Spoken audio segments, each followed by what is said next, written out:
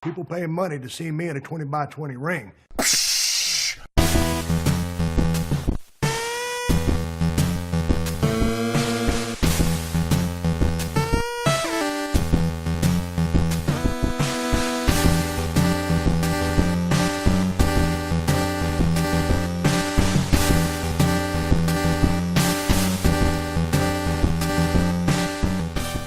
Hello again, wrestling fans. Welcome back to another edition of the 20x20 Ring Crew.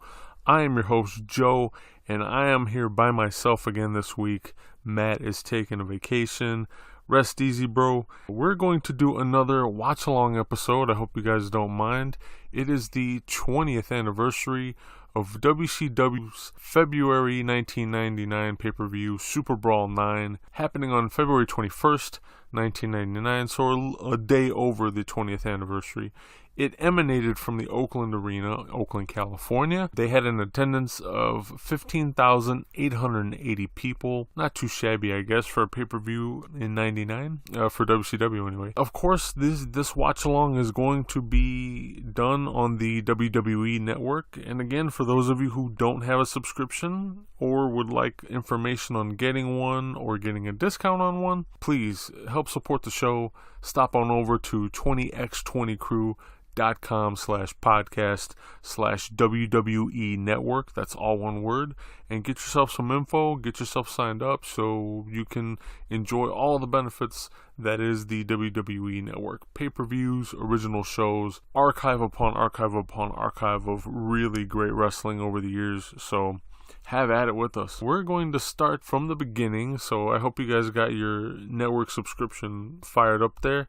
And here I am going to press the watch from beginning button right now. Here we are, 001, and we're starting. And we see Tori Wilson, absolutely lovely and gorgeous, in nothing but a bed sheet. And I think she's trying to order room service, if I'm not mistaken. And she's talking to somebody who we don't know as of yet. If I remember correctly, this person gives her tickets to SuperBrawl, and that's how they figure into all this. She is absolutely gorgeous. So I'm going to save the spoiler for this later. If you guys haven't watched this pay-per-view before, that's fine. I'm not going to spoil this part for you because I do have a lot to say and it does tie in later. So here we are. They open up with a video package after the little bit of Tori Wilson footage, and you're seeing the likes of Ric Flair, Dusty Rhodes, Goldberg, Lex Luger, all spinning around in an all-black setting, including Hollywood Hogan, Kevin Nash, pretty much a majority of their top talents, I guess you could say. We're seeing a video package now between Goldberg and Bam Bigelow. Can't speak enough good about Bam Bam. Very athletic for a big guy. I still think, I don't know how you guys feel, but I still think he's a shoo-in for this year's WWE's Hall of Fame. Not that carries the greatest amount of credibility to me, but that's another story for another podcast episode. Here we are, SuperBrawl IX. You have the graphics come up, and we see the crowd now, and a lot of NWO, like Wolfpack and Outsider stuff in the crowd. A lot of signs. Oakland was pretty much Wolfpack territory, whether anybody liked it or not. And I can tell you right now, the theme song to the Wolfpack gets played quite a fucking bit during this pay-per-view because of all the members that are on the card, and it pisses me off. The song is what it is. I'm not necessarily a fan of it, but I also I don't love it, I don't hate it, but it does get played quite a bit on this pay-per-view. That's a warning in case you don't like it. Our broadcast team for this pay-per-view is Tony Schiavone, Bobby the Brain Heenan, and Mike Tenay. I miss Mike Tenay.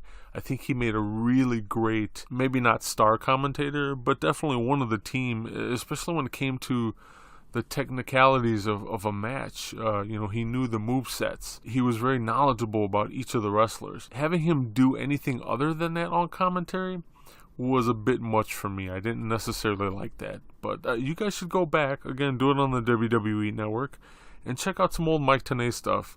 Even when he was with TNA, again, TNA kind of tried to make him more than what he should have been, but you still get to see and enjoy Mike Tenay in his element. I mean, he's pretty decent as a wrestling commentator. Again, this WCW SuperBrawl IX is emanating from Oakland, California. I don't know for sure if this is the same arena that is now home to the Golden State Warriors. I want to say it is. I'm not quite sure. It seems to be. Obviously, as of this broadcast, they have since remodeled it, and I think it's currently, I think it's the O2 Arena. So earlier, when the pay-per-view started, they brought out, encased in a glass box, the tag team titles. Now they're showing a video package of a tournament that has been going on for these said titles that features quite a few pretty interesting teams. They do mention the breakup of Mang and the Barbarian during the tournament. I don't remember how they broke up or why exactly they broke up, but tonight for the titles, essentially in a possible 2 out of 3 falls match, so to speak, you're going to see the likes of Dean Malenko and Chris Benoit representing the Four Horsemen against Barry Windham and Kurt Hennig. For me, this has such opportunity to be the main event of this pay-per-view. This reminds me of old NWA, like Crockett Promotion stuff, and I remember watching this the first time as it aired live, and I was so fucking excited. Now, the way they went about doing this match, essentially Benoit and Malenko have to win once in order to challenge for the right at the title. So they essentially have to wrestle 2 matches, but if they lose the first one, they're completely out, and Windham and Hennig automatically win the titles. That's the way the tournament was set up. That's the way this pay-per-view match is set up. So here we see the late great Mean Gene Okerlund showing off those titles. Not my favorite set of tag titles. I really love the ones from the late 80s, especially the ones that were held by Arn Anderson and Tully Blanchard. Those were kind of like a bluish color, and then, you know, they had gold plates and stuff. Those were pretty badass to me. I really like those. These are okay. They're showing graphics for the now defunct WCW Hotline. I never was a fan of the Hotline. I know, talking to a lot of the old school guys on Facebook and what have you, you do get a lot of those guys who were into the Hotline or used it and were fans of it. By '97, I already had access to the internet, so one way or another, I was finding out stuff. Again, rumors. I don't think of it anything other as rumors until it comes true, but you're still finding out information through Scoops and whatnot. Scoops was one of the trailblazers as far as dirt sheets go. I remember them being one of the first websites pretty much available to everybody as early as 1997. So yeah, I never used the Hotline, never was a fan of the Hotline. I had no use for it. Oh boy. And so the pay-per-view starts. We have the first Wolfpack member coming out for the evening in Disco Inferno. And I speak so sullenly about this because I can't stand Disco Inferno. He's not even good in a cheesy way to me. He's fucking annoying is what he is. I don't remember how he even became a part of the Wolfpack. If I had to guess, it was something along the lines of like he just kept nagging him until they made him a member. To me, this is just so fucking stupid, but also synonymous with the way WCW was being booked. I mean, they week after week, month after month, you just had all these stupid fucking ideas around this time that just didn't really make sense. And again, I don't fully blame Vince Russo for this, but he did have a lot to do with it. He was more all about Crash TV than he was actual wrestling booking.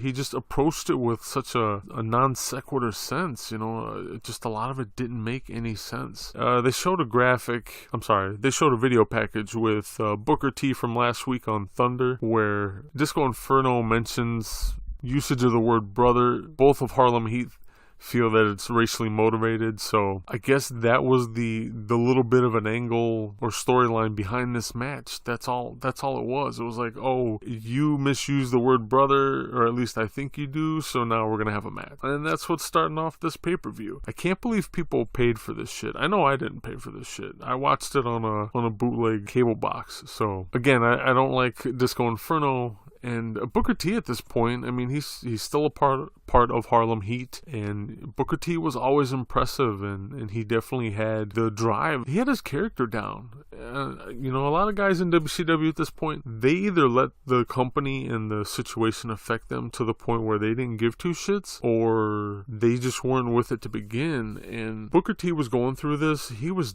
definitely not necessarily showing it on camera. I recently listened to one of Bruce Pritchard's podcasts. I don't remember what episode it was, but they were talking about Booker T and the way he used to talk to the camera after a match. He would go through, these very intense matches at times. For someone who was supposed to be winded at the end of the match, whether he was victorious or not, he would always talk to the camera, and I noticed Buff Bagwell used to do the same thing, like, all the damn time. And whoever was commenting on it, whether it be Pritchard or Bischoff, or I forget, but they made a point, like, you're still in character, like, you don't get to just all of a sudden not be winded after this hellacious match you just had, so, like, stop showboating to the camera.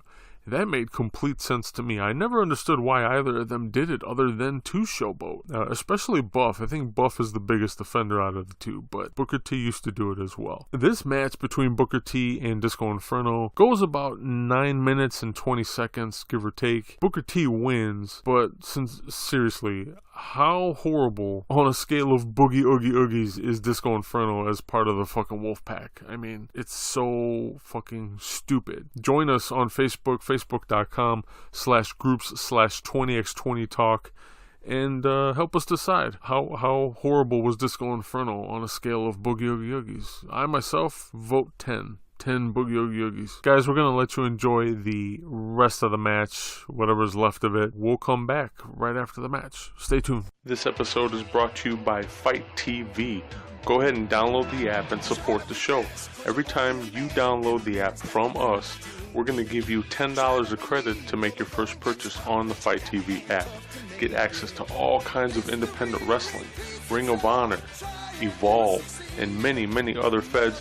Only pay for the shows that you want to see. So go ahead and download the Fight TV app from us over at 20x20crew.com/podcast/fight, FITE.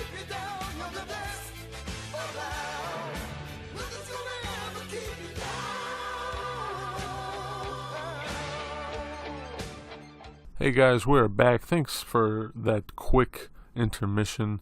Again, we're watching WCW's SuperBrawl IX, emanating from Oakland, California. It's the 20th anniversary of the show. That's why we're covering it. We just finished the Booker T versus Disco Inferno match. I took an intermission because I really didn't have too much else to say about that damn match. Moving on, we're going to start at the 21-minute, 31-second mark for our second match. And I pressed play already. So, coming out, you have Chris Jericho, Lionheart Chris Jericho at that, with Ralphus, and they're going to be going up against Perry Saturn. Again, if I'm not mistaken, this is one of those matches where WCW didn't really have a very strong story or angle behind the actual reasoning for the match, which, listening to tons of podcast episodes and interviews and such, you get the overwhelming sense that whenever Vince Russo was booking, or other people that had no wrestling knowledge in the way of booking, when that committee booked, you had a lot of stuff that were just built on castles made of sand, I mean, shit. There was no real meat to the story. It was just like, hey, you guys, this is your job. This is the reason you're going to go wrestle, and let's have at it. That's that. There was no build-up, or very little build-up. And when there was build-up, it was usually poorly executed. Ralphus is in a dress, complete with earrings, and I know Saturn comes out in a dress. I don't remember exactly why they're in the dresses. Again, nonsensical stuff here with 99's WCW, so... But Perry Saturn's coming to the ring now. Perry Saturn was always a really solid wrestler for me to watch, even though he's coming out in a dress. He wrestles pretty well in this match, and so does Chris Jericho. I've always been a fan of Chris Jericho as well. Both of these guys, this should be a very solid match, and For the most part, it is. I don't necessarily have gripes with this match other than the whole random feel to it. I mean, they easily could have had this match without the dresses and the bullshit and probably made it more entertaining than they already did. But again, WCW's booking committee, and the reason I say I mentioned other people possibly being the reason for these stupid angles is because WCW was being booked as a committee. I'm pretty sure at this point it was still a committee, and I'm not quite sure who was booking other than the likes of Vince Russo, maybe Kevin Sullivan, maybe Kevin Nash, and then also maybe some corporate execs were part of this as well. I honestly don't remember who has the book right now. All I can say is I didn't really agree with it a lot of the times. And you have Jericho just going to come out and he's going to do his job regardless. And he's one of the few. I'm going to say the same thing for Perry Saturn. He's one of the few who would just come out like, fuck it, you want me to wrestle in a dress? I'm going to wrestle in a dress. That's fine. But you didn't always have that with all the WCW talent. I don't blame them necessarily because, again, a lot of this stuff is just so odd and bizarre and far-fetched in a way where it's just doesn't necessarily work. I really don't know how else to say it. Jericho's on the mic and he's giving Saturn some sort of lecture. I have the volume down because I've watched this way too many times. And I don't remember what he's saying, but I don't care. It's not important. It's not important to the match. Saturn's even wearing mascara or eyeliner. Yeah, I think it's eyeliner. I think at this point, the crowd, the WCW crowd, especially the live crowds, are they're jaded. They've had this taste of all these different wrestling styles, especially with the cruiserweight guys or the smaller guys in general. These matches always made for, there was always, clashes of styles. You had the cruiserweights, you had the heavyweights, and whether you looked at it that way or not, you did definitely get a variety of stuff. Again, I just think something was lost in translation with the crowd. The crowd seems to be into it at the beginning of this match, but the longer this match goes on, the crowd they're not sitting there chanting boring or anything, but at the same time, they're not as active as they probably should be. You have Chris Jericho versus Perry Saturn. If this were an ECW crowd, this place would be fucking on fire for a majority of the match, whether they were with the wrestlers or against the wrestlers. And I think that speaks volumes about a WCW crowd at this point, because we're looking at a match that's a little over 11 minutes, like 11 minutes and 17 seconds. At points, the crowd is just dead, and you're seeing like pretty awesome wrestling. At least I think so. One thing I miss about Chris Jericho when he's not in WCW or wasn't in WCW was his lion tamer. Pay real close attention to the way he attempts lion tamers when he's in WCW, and it is more than a simple Boston Crab. It's more than that simple kind of leg lock. He does it in such a manner to where his opponent's neck is tilted to one side and he's putting pressure on it. I think that was the most effective way to put a lion tamer on. And I remember watching matches in WCW where guys would just give up like right away, like, shit, I can't take it, nope. And they would tap out. And over the years, especially in WWF, WWE, he has grown to alter the move because he's had to. They won't let him necessarily use the full force of the move. And it sucks, man. I really fucking love that move. Ralph has just got his dress torn off of him by Perry Saturn. Jericho just went for a cover, and he did it very nonchalantly by putting a foot on top of Perry Saturn and flexing, and kind of did the "come on baby" as he posed. Although that was completely unnecessary for the match, both of them sold it. Like, Saturn quickly covers with almost like a quick ankle lock to take Jericho down, and then he proceeds to keep slamming his head into the mat like 4 or 5, 6 times. It's the little subtleties in a wrestling match. If the guys put it over, if the guys sell, it still works. It still makes sense of the match. You can be that douche and be that braggadocious and cocky in the ring and allow for for things to happen organically, like a proper comeback or a counter or something like that. And not everybody who wrestles understands that, especially these days. It really is the little things in life and professional wrestling. If you learn how to sell and you sell well, it almost seems, especially these days in this new era of wrestling, that's like half the fucking battle. And I think a lot of the young guys don't get that. Saturn pulls his dress down and then hops up to the top rope, and he does a frog splash. That was pretty cool. He's going to go for the rings of Saturn. That's what he's calling for. And he gets countered with a roll-up. Jericho went to pin him in that roll-up, and he had his feet on like the second or third rope. That's crazy. By far, my favorite version of Chris Jericho so far in his career is WCW for sure. And now we see Saturn. He's got Jericho in the corner, and he's giving him the 10 punches in the corner. The only difference is Jericho's head is under Perry Saturn's dress. Jericho tries to counter into a lion tamer. Saturn rolls him up for an attempted pin. These two work great together. There's definitely chemistry in the ring, dresses or not, and they sell for each other. It's a pretty badass match to watch, and it's only the second match on the card. To me, this should have been possibly moved further down the card, because these guys know how to go at it with one another. You know, they've had experience against one another in ECW, and now we see Saturn counter into the rings of Saturn. Again, pretty badass move if done correctly. Although Jericho's scooting around and he's finally got his foot on the ropes, so the ref is trying to make Saturn break it.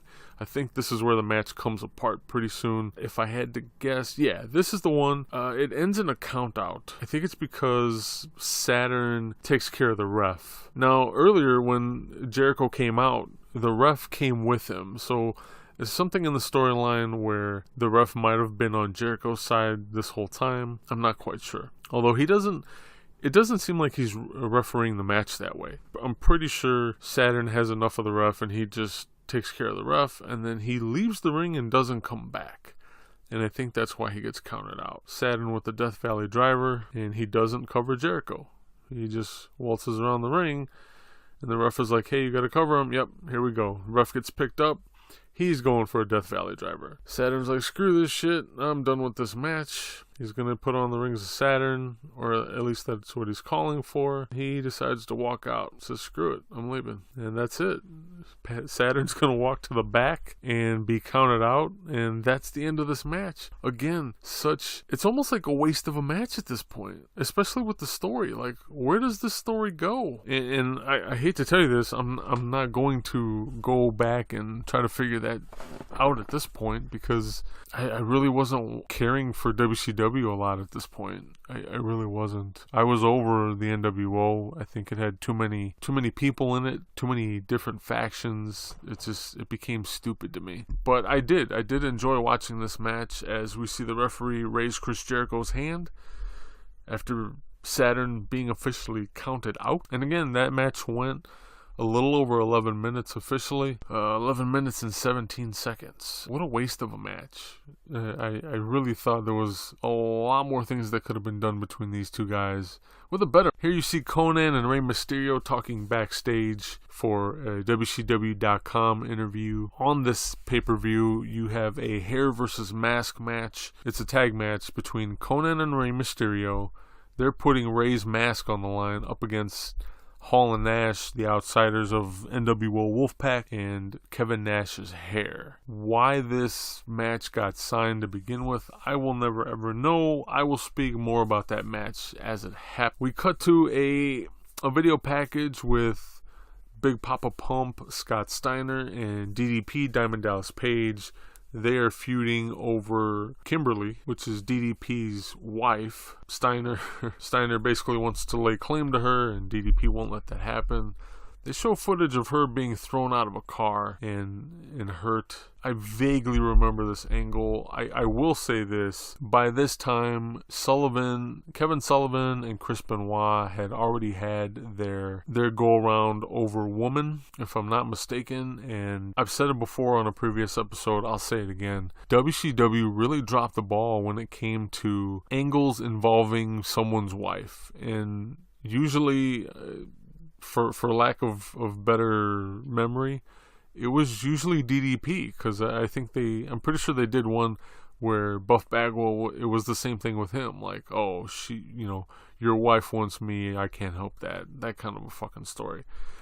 And it didn't go over very well. And it's going to be the same thing here tonight with him against Scott Steiner. I'll get back to that later. Right now, we have our third match of the pay-per-view. Billy Kidman, who is the current and defending Cruiserweight champion, he's defending against Chavo Guerrero Jr., and it is a title match. So the Cruiserweight title is on the line. We see a sign that says WWF, and it stands for Worst Wrestling Federation. Don't get me wrong, I enjoyed my WCW a lot, especially when they were having their golden run. But as much as people want to talk shit about either federation or either organization, let's face it, WCW was the one where the Cruiserweights thrived. WWF never really had that going for them. Even when they signed Taka Michinoku, that was a huge deal. They made a big press conference. It was all over the place. And Taka and that whole light heavyweight division it never really went anywhere. And it sucks because you did have Taka Michinoku, who was super hot at the time. You had Brian Christopher, you had Scott Taylor, or Scotty Too Hotty, if you want to call him that. Those three guys alone definitely set you up for a pretty solid division of guys, for cruiserweight guys or light heavyweight guys, whatever you want to call them. And it didn't gel. It didn't gel well with that company and those fans. And I never really understood that. Because for anybody who wanted to see actual pro wrestling, you definitely got it with those guys. Whether they were doing it straight up lucha style or just light heavyweight style in general. And I think that's, I know that's a big reason why WCW had good ratings for quite a long time, where it was all the little guys doing all the heavy lifting. I'm trying to think back at all of the former WCW Cruiserweight champions. Obviously we talk about Rey Mysterio, Dean Malenko, Chris Jericho, and then Billy Kidman. My brain isn't working. I can't think of any more off the top of my head, but I would really like to know where you guys stand on Billy Kidman and like his ranks out of all the WCW Cruiserweight champions. I think he's underrated. That Shooting Star Press was pretty fucking phenomenal, and it wasn't like he was ever in bad shape that I could remember. I know he had injury issues here and there over the years. He made for a great working champ. I was always entertained by him, even in this match where WCW kind of, as strange as this sounds, Chavo Guerrero was kind of watered down here. He was a lot more gimmicky in WCW than most of the serious cruiserweights were. Don't let his gimmick fool you. Chavo Guerrero, he's definitely a Guerrero, and that man can wrestle. And if you don't believe me, shit, go take a pause out of this and go watch some Lucha Underground, especially season 1. And he's up there in age at that point, so for him to be wrestling and still putting on a hell of a show, there's no doubt about it. Chavo's legit. Chavo's a legit wrestler. It was really cool to see him too, because he is classified as a cruiserweight. Obviously, he's vying for the title, but he's not necessarily going the bout of being your traditional high-flying luchador per se. He's very much rooted in technical wrestling. And you get a lot of that too with Eddie Guerrero. Eddie Guerrero wasn't afraid to stop what the hell he was doing in the match and be less of a high flyer. And I think when you take that approach as a cruiserweight and you don't give the fans all that high flying and crazy wild cruiserweight experience, I think you catch the fans off guard. And I think that's a lot of what this match gets exposed as. It's just Chavo's here. He's a working wrestler. He's vying for the title. He's gonna do it this way as opposed to jumping off the ropes every 10 seconds or so, He's definitely playing up the heel angle, which is fine, but I think his approach being because it's less high flying is taking the crowd out of the match. Here we have a near fall by Billy Kidman as he came off the top rope. Nice tilt-the-world backbreaker by Chavo Guerrero. Chavo Guerrero Jr., excuse me. And Chavo's another one too. You know, where do you guys stand on Chavo Guerrero Jr. as a cruiserweight? I don't remember whether he won the belt or not. I know he didn't win it on this pay-per-view, I could tell you that much. Kidman was too hot. Kidman eventually wins with the shooting star press. Again, one hell of a move, and his accuracy was pretty crazy. I've only seen him mess it up a few times. Kidman gets the win here. He retains the cruiserweight title. The match goes about 8 minutes and 26 seconds. We see the replays here of the match, and Kidman gets the 3. I think we don't talk enough old WCW on this podcast. It's kind of a shame because there was good WCW. You know, don't get me wrong. Just like every organization, there's good and then there's bad. You know, obviously, everybody has an opinion, but yeah, there was good WCW, and even when I wasn't watching, if I wasn't watching religiously, I still watched certain guys. I still tried to keep up with certain guys. I say this because they just showed a video package with basically hyping the Goldberg versus Bam Bigelow match that's going to happen later in the pay-per-view. And Bam was always one of those guys for me. I've always been a Bam Bigelow fan. The first time I ever saw him was in the WWF ages and ages ago, and I had been a fan ever since. Again, I think he's a shoo-in for the WWE Hall of Fame this year. If I'm wrong, I'm wrong, but to me it makes too much sense. They're going to be in his neck of the woods. He's definitely one of the most underrated big men in the sport. They showed the tag team championships, the vacated tag team championships. That's what's going on now. If we're keeping tabs with one another, I am at the 50-minute and 59-second mark of the pay-per-view. Again, we're watching WCW's SuperBrawl IX. It's the 20th anniversary of this pay-per-view. And we have Barry Windham and Curt Hennig come out first in this tag team tournament match. Again, the stipulation for this match is their opponents, the Four Horsemen, or two of the Four Horsemen, Dean Malenko and Chris Benoit, are going to take on Hennig and Windham. Essentially, Dean Malenko and Chris Benoit have to win the first match in order for there even to be a championship match. If they don't win and they lose right away, there will be no second match. Hennig and Windham get awarded the tag team titles. You know, speaking of the Four Horsemen, when people talk about the Four Horsemen and their favorite version of the Four Horsemen, I don't think there's any one right answer or any one wrong answer, but it's one of those, and here's where WCW loses stuff in translation for not just the old school fan in me, but the wrestling fan in me. You have a faction with the prestige and history that is the Four Horsemen. All four of these guys in the ring right now were horsemen at one point or another. It should have been, and I say should here because it never really was this way, it should have been one of those where the torch gets passed down without any bullshit happening. And I'm not saying all the members had to be replaced all at once or anything of that nature, but whenever there was a guy that was not going to be in it for one reason or another, you know, he gets excommunicated from the group. I was always a fan of the sentiment of not replacing him right away. I think that was always an opportunity, since I'm going to fantasy book here, I think that was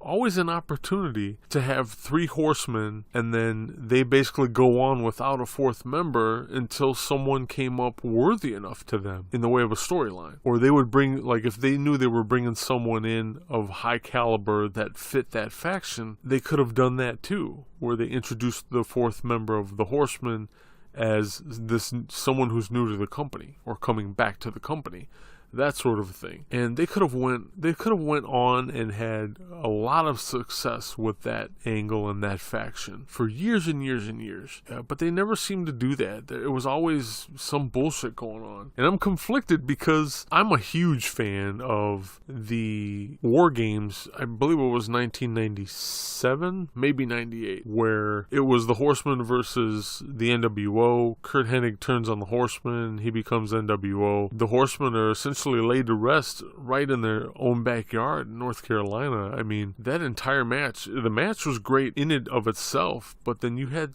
such a great buildup of a storyline where Hennig gets Arn Anderson's spot because Arn Anderson can't do it anymore. And, who better to have that spot than Curt Hennig? I mean, he definitely had the ability, he had the legacy, obviously a second or third generation wrestler. Like, that's what I'm talking about. You should have guys like that. Guys who have been a part of the business or been around the business enough to be considered worthy of that spot. But then they went and they shit on the Horsemen. It seemed like WCW always shat on the Horsemen. And I know if you go back and you listen to Flair talking interviews and stuff, and he fucking hated it. He hated, oh man, here comes a pun. He hated beating a dead horse because that's what it felt like to him.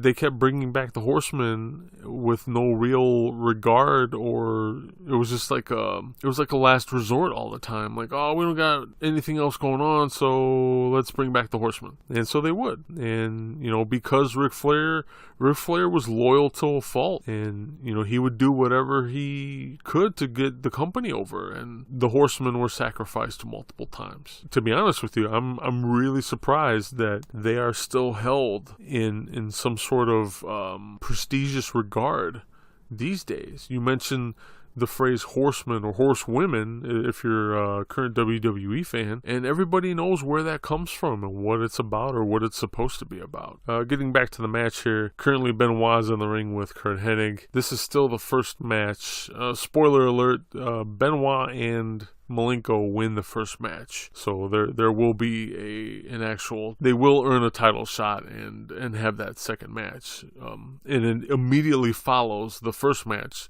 So it's just kind of like a very brief intermission, or it's supposed to be. If you're asking me about fantasy booking versions of the Horsemen, I really liked the version with Benoit and Malenko. I know they're smaller guys, but Benoit's a fucking beast. And Benoit was one of those smaller guys, and I don't even look at him as a cruiserweight, although he's of that stature. He's just like a very beefy cruiserweight. I never saw him with that label, and that didn't gel for me. To me, Chris Benoit was not a cruiserweight. He was just a really small heavyweight. And I'm watching him now. He's in the ring with Barry Windham, who's easily got a foot advantage of him in height, and probably some poundage too, because again, Wyndham's not at his top physical peak here, but Benoit would go with the best of them, no matter what size they were. Because he was a good professional wrestler, a great professional wrestler. He knew how to do the job for everybody and with everybody. He knew how to sell. He knew ring psychology. That was one thing I've said it before on the podcast, where Benoit taught me how to work better at my 9 to 5. And it involved wasting no motion. You go in with the intent. For Benoit, he was in the ring. He would try not to waste any motion. He wanted to make everything count so that he could essentially dish out the maximum amount of punishment to his opponent or opponents, and conserve energy and be kind of increase the effectiveness of what he was doing in the ring to his opponent. And I've always been a fan of that. In life in general, not just professional wrestling. He knew exactly what he was doing, and for me, I mean, hell, that's what you want. You want someone who's so savvy in the ring, not just physically, but mentally as well. Dean Malenko, who initially was booked as being the man of 1,000 holds when he came to WCW, obviously second generation wrestler with his dad being Boris Malenko, very well versed. Malenko came over from I think All Japan. I think he came from All Japan at that point to WCW. He's no shill. He's awesome at being a technical wrestler, and yeah, they build him as a cruiserweight because he's a small guy, but essentially that's what you were getting, was a really small and compact, all-around complete wrestler in Dean Malenko. And while Curt Hennig, or Mr. Perfect, I almost called him Mr. Perfect to start, but while Curt Hennig was part of the Horsemen for a brief amount of time, he also works for me. I don't think I would keep him on my ultimate version of Four Horsemen, but again, multi-generational wrestler. His dad being Larry the Axe. Very savvy in the ring, both mentally and physically. He sold very well. Out of everybody that I remember, having what it takes to be a really great professional wrestler, Curt Hennig is up there with guys who could sell the best. Earlier in this match, he gets thrown into the corner by Chris Benoit, like very violently. And when he hits the corner, he hits it with such force, and then he bounces and like falls immediately to the mat and grabs his back. Like, fuck, that hurt. And he sold it very well. It's little things like that get those moves over, and you're like, oh shit, Benoit's a beast. Yeah, you can thank Curt Hennig for selling that move. Don't get me wrong, I'm not taking anything away from Benoit either, but that's the dance, ladies and gentlemen. That's the dance of professional wrestling. And when it works like that, everybody wins, including the fans. Benoit's calling for the end here, the end of the match. He gets up and he's on the top rope with his diving headbutt, lands on Curt Hennig. He goes for the pin. The pin's slow though, and Windham is able to push him off. And again, we're still in the first match of the potential 2 matches.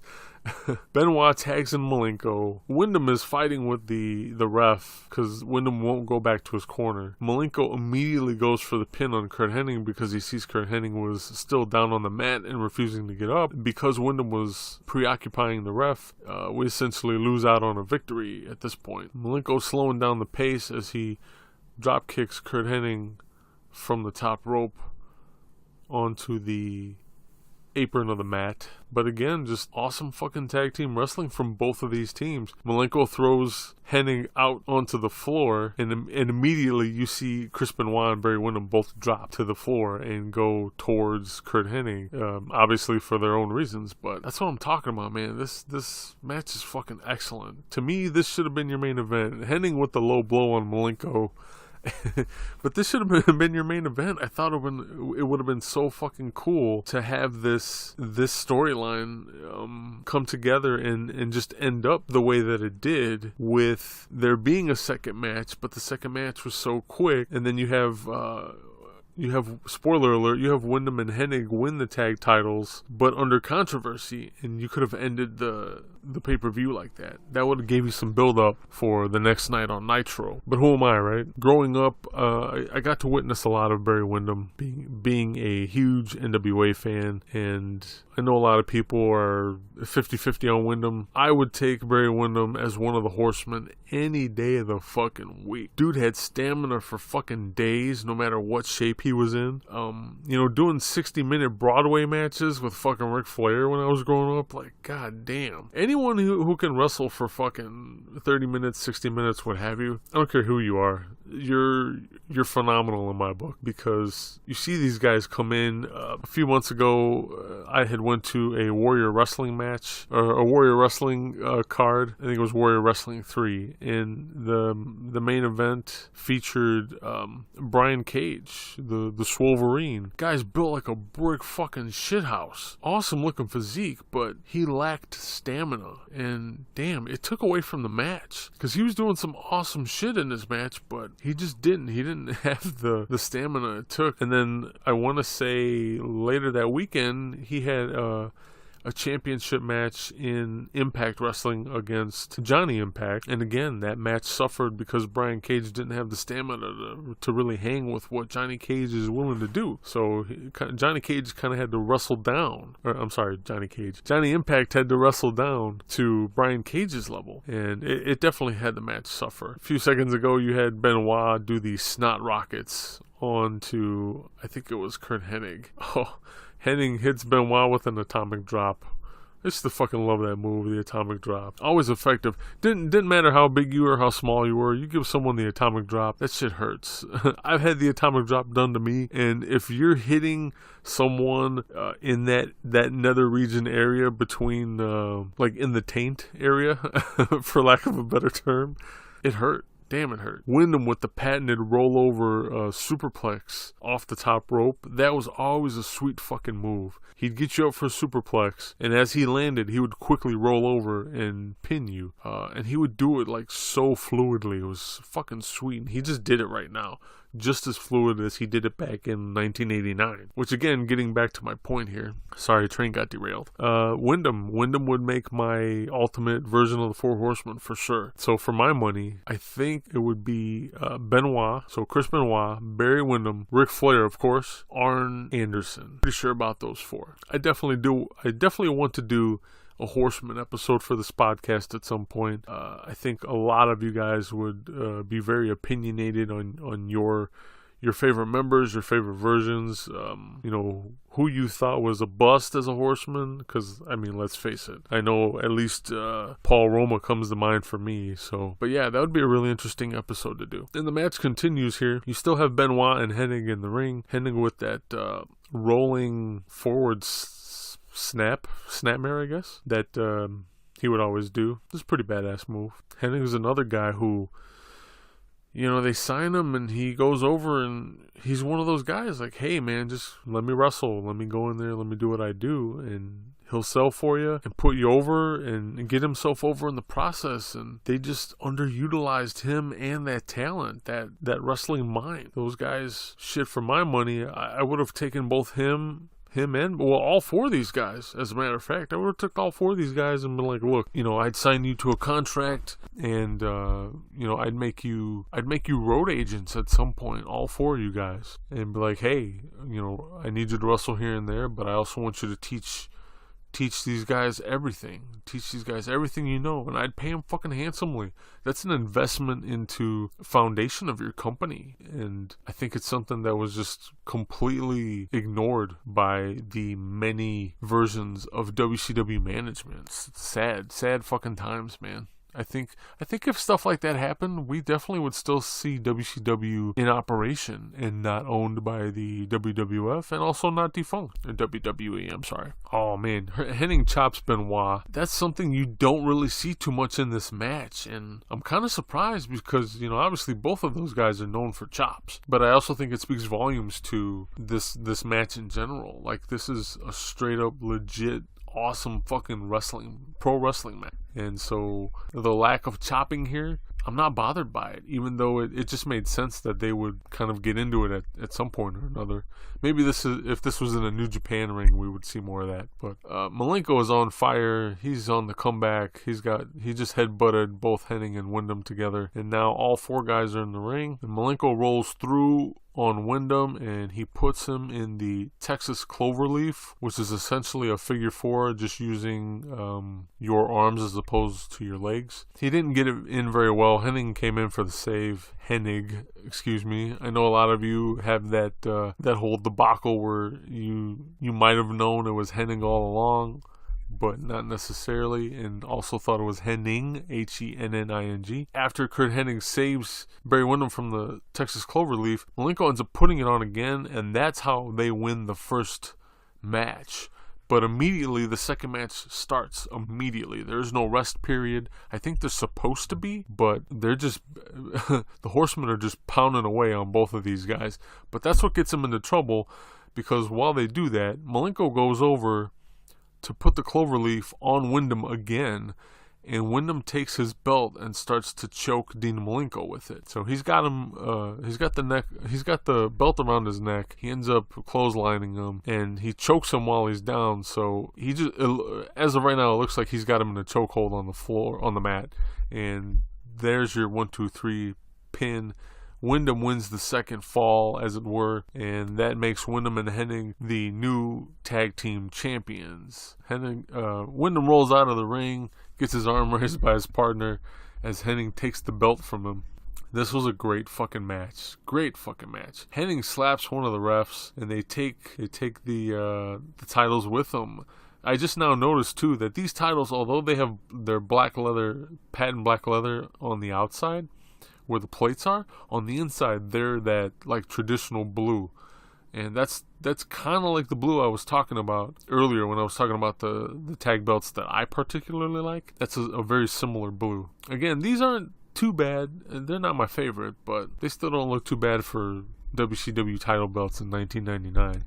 Again, they're replaying the match. The match goes a little over 20 minutes, like 20 minutes and 36 seconds. Again, keep in mind the titles were vacant coming into the match, and these two matches, or falls, however you want to refer to them, they were the finals of the tournament, because it was a double elimination. So there you have it, new tag team champs after 20 minutes. You know what, this match reminded me of the 2019 Royal Rumble match between Daniel Bryan and AJ Styles, where you had a crowd who was so used to just bullshit, like bullshit match after bullshit match after bullshit match, that when they get an actual pro wrestling match with a decent finish, it's like you don't know how to act as a wrestling fan. And the same thing happened at the Royal Rumble between Bryan and Styles. They put on a pretty decent match, and I was surprised because, let's face it,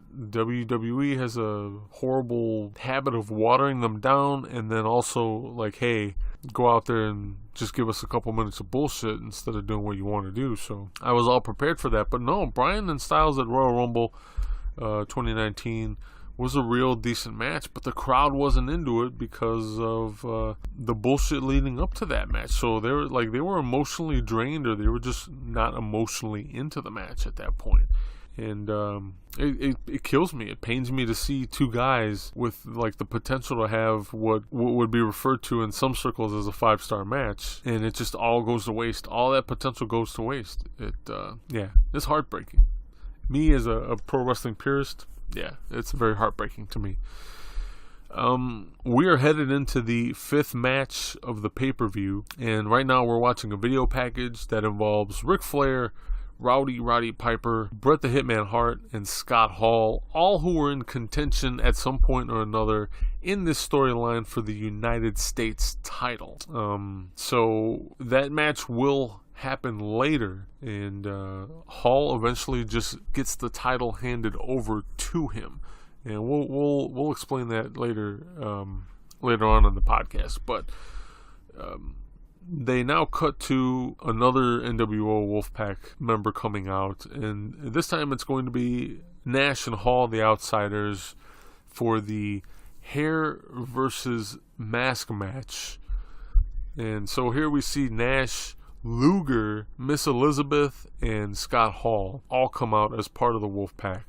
Luger injured his forearm before the event, which ends up having Scott Hall fill in as Kevin Nash's partner. And as they stroll out so nonchalantly, you have them walking by an actual barber's chair that's kind of like set in between the beginning of the crowd and the wrestler's entrance.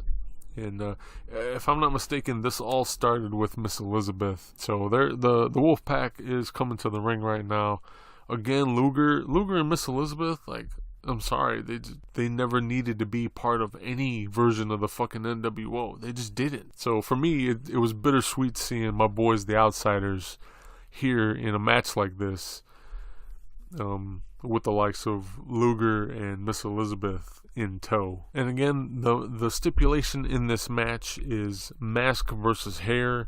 And originally I told you that it was supposed to be Kevin Nash's hair. It isn't Kevin Nash's hair that's on the line. It's Miss Elizabeth's hair that's on the line. So we could possibly see her go bald at the end of this match. You have Conan and Rey Mysterio getting in the ring. I don't remember too many tag team matches with Conan and Rey Mysterio as a tag team. They seem to gel pretty well, though. I mean, let's face it, they've had a lot of lucha libre experience with one another, whether it be singles competition or mixed tags. So this should be a no-brainer for them, and it does end up being a pretty solid match. So no real surprise there, at least for those familiar with these guys. I never, as entertaining as it is to some people, I never really resonated with Conan in this form. Although I could understand why he didn't want to stay with the very traditional lucha gimmick that he once had. Over the years, especially during the Monday Night Wars, you always had those Mexican wrestlers, the luchadors, that would come over and work for WCW or WWF. For whatever reason, they would end up wanting to amalgamate into something more American, or they would be forced into working as something more American in the way of culture.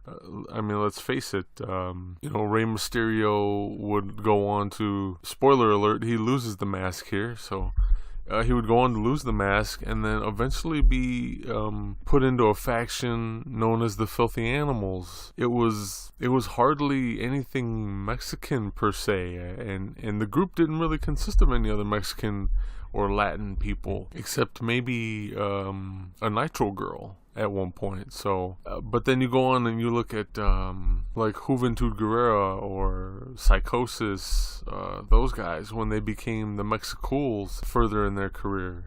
You have stuff like that. It seems, especially during these times of the Monday Night Wars, you have a lot of that, where their culture becomes less about being at least traditionally Mexican and then becoming more of a stereotypical Mexican version of tradition. You have the LWO, which, it was supposed to be the Latino world order, but I am Mexican, and I grew up in a Mexican family, and a lot of the way they were portrayed, whether they wanted to be portrayed that way or not, it's pretty much on the stereotypical side one way or another. That includes the LWO. Conan isn't helping things here because he's got the fucking pants sagging and very gangbanger-esque approach to a character, so he's just like another fucking essay from the block.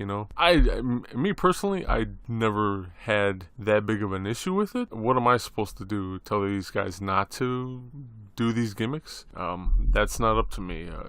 That's partly up to them and partly up to the company they're working for. And let's face it, these guys are coming through a time in the industry where there's big money to be made, and they're trying to make it while they can, because traditionally the wrestling business is feast or famine. You don't always have an opportunity at big money, so when it's there, you take it, and you take it at some sort of sacrifice, whether it be personally or professionally. We see Hall tag in Nash. I was trying to explain to my wife yesterday that like the actual size of Kevin Nash and some of these other guys. I'm 6'8", about 240 pounds, and I'm not a small person, and she understands that. She knows that. That's one of the reasons she loves me, but I'm trying to explain to her and I were sitting together. She was actually watching this with me at one point. She just couldn't believe the proportions of some of these guys. And I was like, look at Kevin Nash compared to Scott Hall. I know Kevin Nash is billed as 7 feet, and he's not actually 7 feet. He's like 6'9", 6'10" tops. And I know a matter of inches is just a matter of inches, but I was trying to explain to her, he's really wide. He's a wide body guy. And I've met him at conventions before. I've met him and Hall at conventions before. They're not small. They're not small at all. As a matter of fact, just because of the athletic proportions of these guys' bodies, again, more so towards Kevin Nash, but you look at someone like Six or X-Pac, Sean Waltman, whatever you want to call him. Now I'm 6'8", and I'm a big dude, but I'm not necessarily a wide guy. X-Pac, he's like 6'6", 6'5", but he's so just big. It's part of it's muscle, but he looks kind of scrawny compared to some of these guys in the ring that he wrestles. But when you meet him in person, he's not a fucking small dude. He doesn't come across as a small dude. So my wife and I are sitting next to each other watching this, and I was trying to explain to her just how wide Kevin Nash is. And I put my arm around her and I told her, I'm like, he's literally as wide as we are sitting together. Although it seems astonishing, it's true. He's just got that crazy build to his body, and he's tall, so he looks even more massive that way. This match, it really came to a surprise to me. Watching it the first time around, as it happened, I was genuinely shocked that Rey Mysterio loses his mask. I say that because other than this storyline, there's no real reason, there's no good reason for it to happen. And if you think about it, for those of you who are somewhat familiar with Lucha Libre, usually when there's a mask versus mask match or a hair versus mask, something along those lines, it's done in more of a traditional sense, where you have a guy who's either leaving the company, and so the mask is, it's time for the mask to come off, or he's retiring, or he's going to be out for a completely long time, or there's some sort of real importance or priority behind the loss of a mask. I don't know when this ever came into effect, but the whole losing of a mask, or let me take that back. The whole owning of a mask actually used to be where a guy would come in, it was his gimmick to start with, so he owned that character, he owned the mask. These days, a majority of the Lucha Libre culture and organizations that are out there, the companies own the mask, so you'll have multiple guys play a masked luchador if necessary. So when it comes to losing a mask, sometimes it's like, hey, we want to put this on the shelf, we want to put this character on the shelf, so we're going to just have you lose the mask. Or maybe a guy's leaving and they have no one else to replace the luchador under the mask, and it's more of a situation of that. Whereas here with Rey Mysterio, clearly he is the owner of that gimmick and he owns that mask. Him losing, it was never his idea. If you go back and listen to interviews with him, it was never his idea. It was Eric Bischoff's idea for this to happen. And Eric Bischoff, to this day, talks about what a fuck up this was. It was a bad call on the part of Rey Mysterio and his character. I think overall, any luchador that has to go through the loss of their mask, especially Rey Mysterio, because clearly he is one of the more popular, not just in Mexico, but in the States at this point. He's one of the more popular luchadors out of everybody who's being exposed a little more globally at this time. So pulling a gimmick away, or at least part of a gimmick away, from someone who's had so much success, I really could never understand why Eric Bischoff made the call he made. You can listen to other interviews and shoot interviews and such where he talks more about Rey Mysterio losing the mask. I won't do that. I won't speak for Eric Bischoff on this podcast at this point. So, but here we have the end of the match. Rey Mysterio does a kind of like a springboard moonsault and hits Kevin Nash in the head with his knee brace by mistake, which knocks Nash out. Hall comes in after the referee's distracted, and he ends up interfering and puts Rey in the outsider's edge, knocking Rey out. So he drags Nash and puts him on top of Rey Mysterio. The referee gets undistracted, and he makes the 3 count, which ends the match. It was actually a really solid match between the 4 guys, and very little outside interference from Lex Luger and Miss Elizabeth, which I was really surprised at. I think they should have probably had a little bit more to kind of give more beef to this whole situation with Rey losing his mask. Like, to me, not only was it a bad idea, but in that respect, it was just poorly executed. So I was never a fan of that. You have everybody in the ring right now as Rey is being demasked. I wonder where that mask is now. Whoever owns that mask, if it's in the hands of a collector, is lucky. It's quite a piece of history here. So he unmasks, and the first thing I said was, he's got such a baby face. And he does. He's, obviously Rey's young at this point. I think he's in his early 20s or around there. And here's Nash making fun of him, like, put the mask back on. I think Nash eventually takes the mask and tries to put it on himself, just acting like a complete idiot about it. As Rey's leaving, he gets a cheap pop from the crowd, from the crowd, especially the ladies. The ladies seem to love the way Rey looks. I mean, he's not a bad looking dude. But he's leaving, people are giving him reassurance, like, hey, man, it's going to be okay, fuck those guys.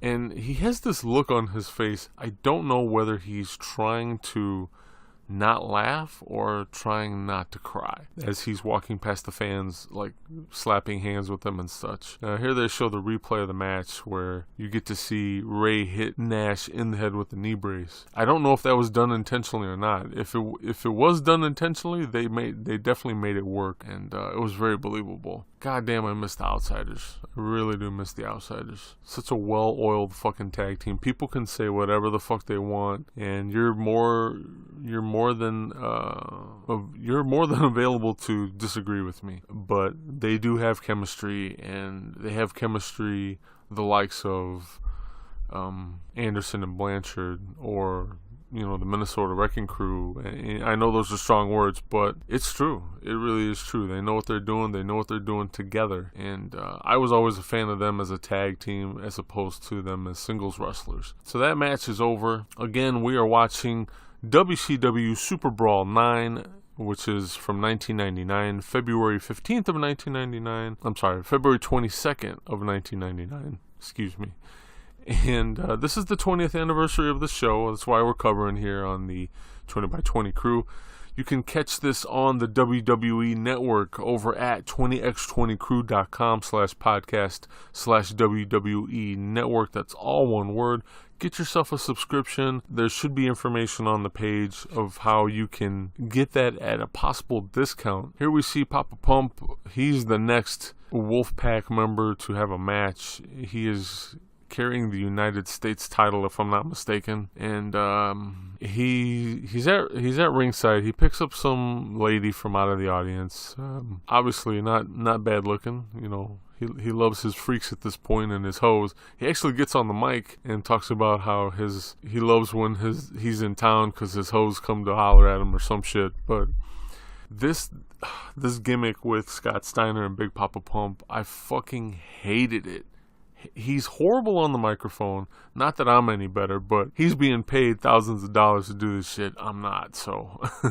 This is that angle where it's him versus DDP, and it's all about DDP's wife. Getting back to Scott Steiner on the mic really quick. He's horrible on the mic. He ends up saying the word fault as fought. So you really have to pay attention to what the hell he's saying, because otherwise you're going to get it misunderstood, and you're going to think he's talking about fighting people in the past tense.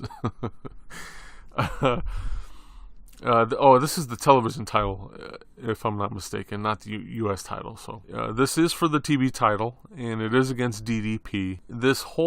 I said this on a previous episode, this whole angle where guys are beefing with DDP or feuding with DDP because of his wife, because of DDP's wife, Kimberly. The WCW just really dropped the ball on this one time and time again. I mean, they tried to do it with Buff. I don't remember whether the whole thing with Buff was before this or after this, right off the top of my head. But back when WCW was dealing with Chris Benoit and Kevin Sullivan and all their disagreements, not just from a booking standpoint, but the personal matters that spilled onto the camera between them two and then Kevin Sullivan's wife, Woman, for those who don't know or don't remember, Woman, who was part of the Four Horsemen, and she's done other stuff for WCW at this point, but Woman was Kevin Sullivan's wife in outside of the ring in real life, and not this had nothing to do with the company. They were actually married,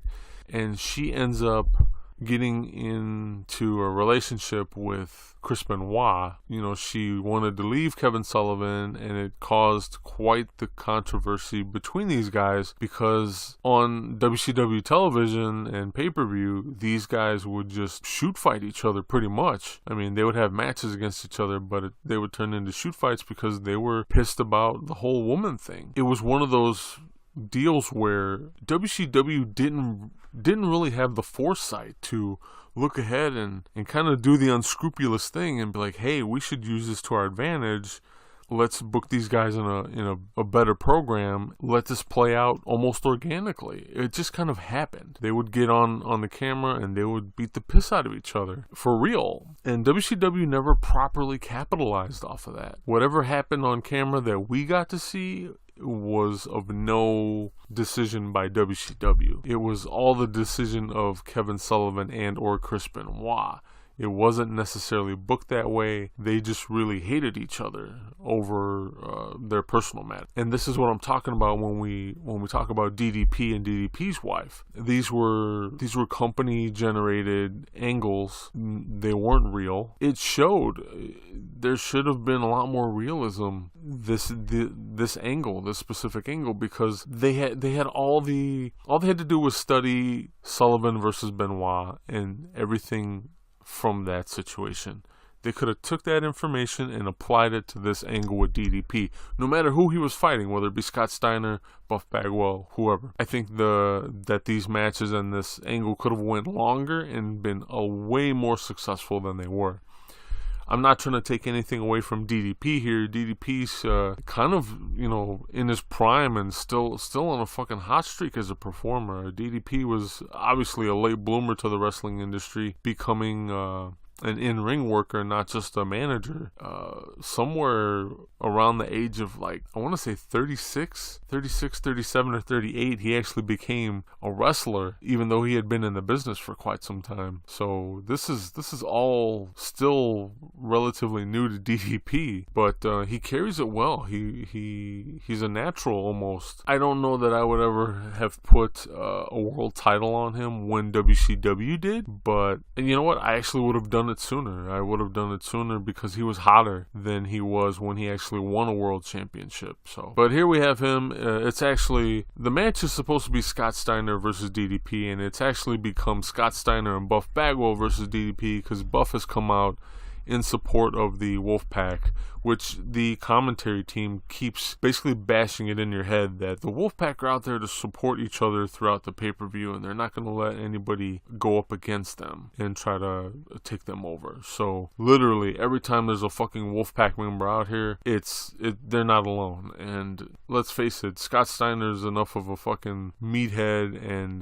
dickhead on top of that to where I don't think he needs anybody out there with him. He just needs to be pissed off in the proper manner, and then he'll handle his own business. Getting back to Scott Steiner's Big Papa Pump character, I fucking hated it. I don't. If you're gonna turn him NWO, that's fine, I guess. I mean, that's a whole nother podcast. I think we covered pretty much all of that in our NWO episode. But to be honest, I don't know how I would have booked Scott Steiner. I know I wouldn't have booked him this way. And when I say this way, I mean part of the NWO. I think he makes an awesome heel on his own without the use of a faction. Because let's face it, while he was with the NWO, whether it was Black and White or Wolfpack or what have you, he kind of just always did his own thing. And the NWO, for as uniform as they were, he didn't always seem like a team player as the other guys were. He was more of a loose cannon per se. So it doesn't really make sense for me to have him join the NWO. I think he would have been a good heel all to himself. They still could have put titles on him.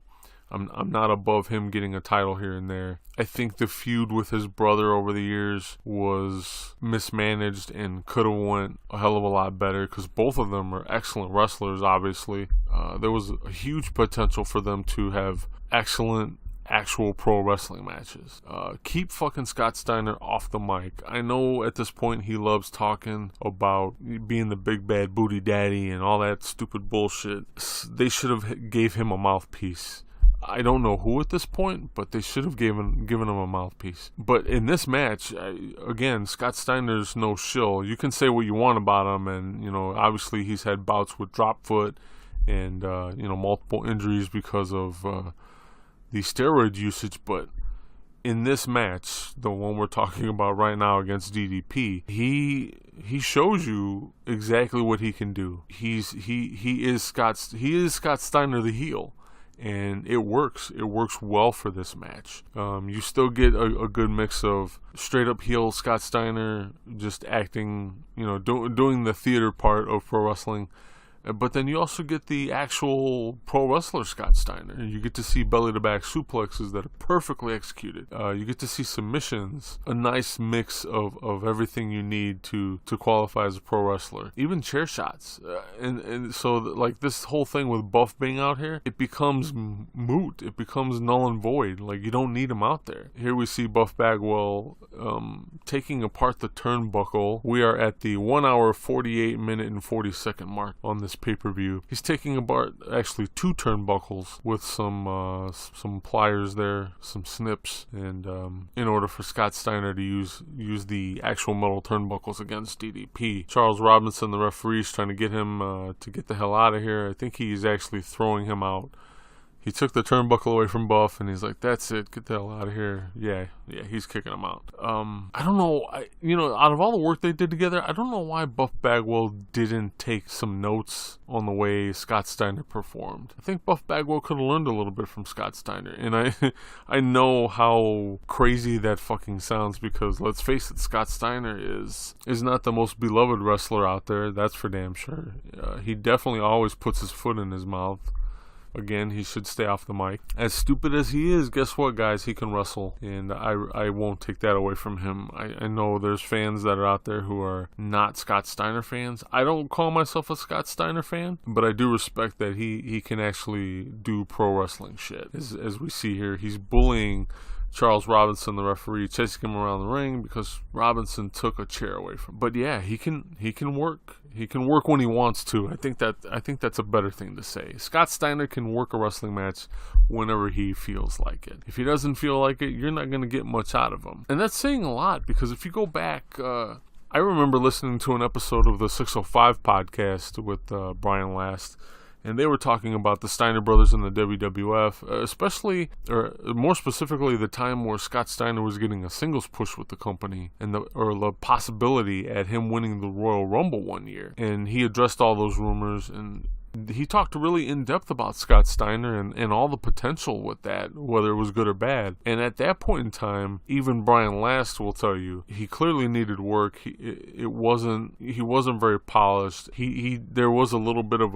an adjustment period, him becoming a singles wrestler. But I think the late 80s, early 90s, and now here in 1999 are two different worlds for Scott Steiner. And I think he's finally grown into becoming heel Scott Steiner, and that's why he does it so well. I also think, again, I'm not trying to take anything away from his opponent here, DDP, because DDP clearly helps carry this fucking match. That's for damn sure. Let me make that clear.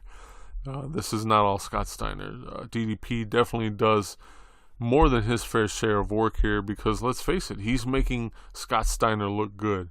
And sometimes that's a hard thing to do. But DDP, to me, manages to do that here in this match. Again, DDP's still pretty fucking hot. I mean, the diamond cutter, still a really hot fucking move here in 1999. Especially since he was able to find a variety of ways to just like pull it out of his ass and out of nowhere, seemingly. I know I've heard him talk and also other wrestlers talk about the diamond cutter, where they were genuinely shocked when they would be talking about going over, the way they wanted their matches to work. And he would be like, yeah, we'll do this, and then I'll be able to pull the diamond cutter out. And they would be astonished, like, wow, I never thought of that being able to be done that way. So very innovative on the part of DDP here. So Scott Steiner now has DDP in essentially a camel clutch, and DDP is actually going to get choked out here, tongue hanging out and all. This match, so Scott Steiner retains the World Television title. The match goes a little less than 14 minutes. I believe it's booked at like 13 minutes, 53 seconds. Another thing, real quick before Scott Steiner leaves the ring here, as he poses in the corner, he's one of those guys I know he's got very defined calves, but compared to his fucking upper body, it looks like he skipped leg day like a motherfucker. And I'm really tired of hearing the NWO Wolfpack theme at this point in the pay-per-view. It is fucking monotonous. So they're going to show you the replay of some replays, highlights of the match. Scott Steiner does a Super Frankensteiner off the top rope. You see the usage of the bear turnbuckle here with Scott Steiner. Papa Pump wins. Buff Bagwell, again, he got pushed to the back at some point in the ring. He got excommunicated from the ring. For me, Buff Bagwell only really worked as part of Vicious and Delicious in the NWO with him and Scott Norton. Now we're seeing a stretcher being set at ringside for DDP. They're putting a neck brace on him. Scott Steiner has already turned over the gurney, already turned over the stretcher. He's like, fuck this bullshit. Give me my title and my sunglasses and I'm going to leave. So, ladies and gentlemen, Papa Pump, Scott Steiner with the win here on WCW SuperBrawl IX, which is 1999. Again, this is the 20th anniversary of this show. That's why we're covering it here on the 20x20 Ring Crew. Thank you for hanging in there with us.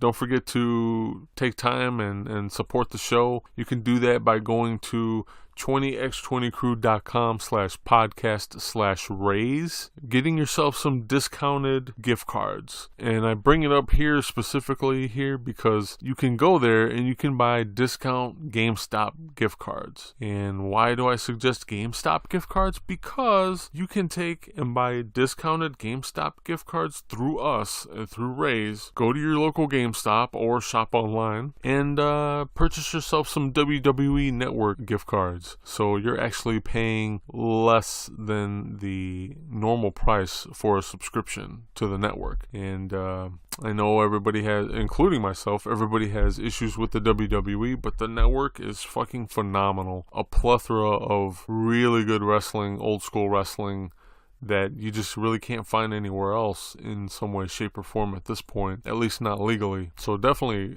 as we see DDP leaving via stretcher here, take the time out, support the show.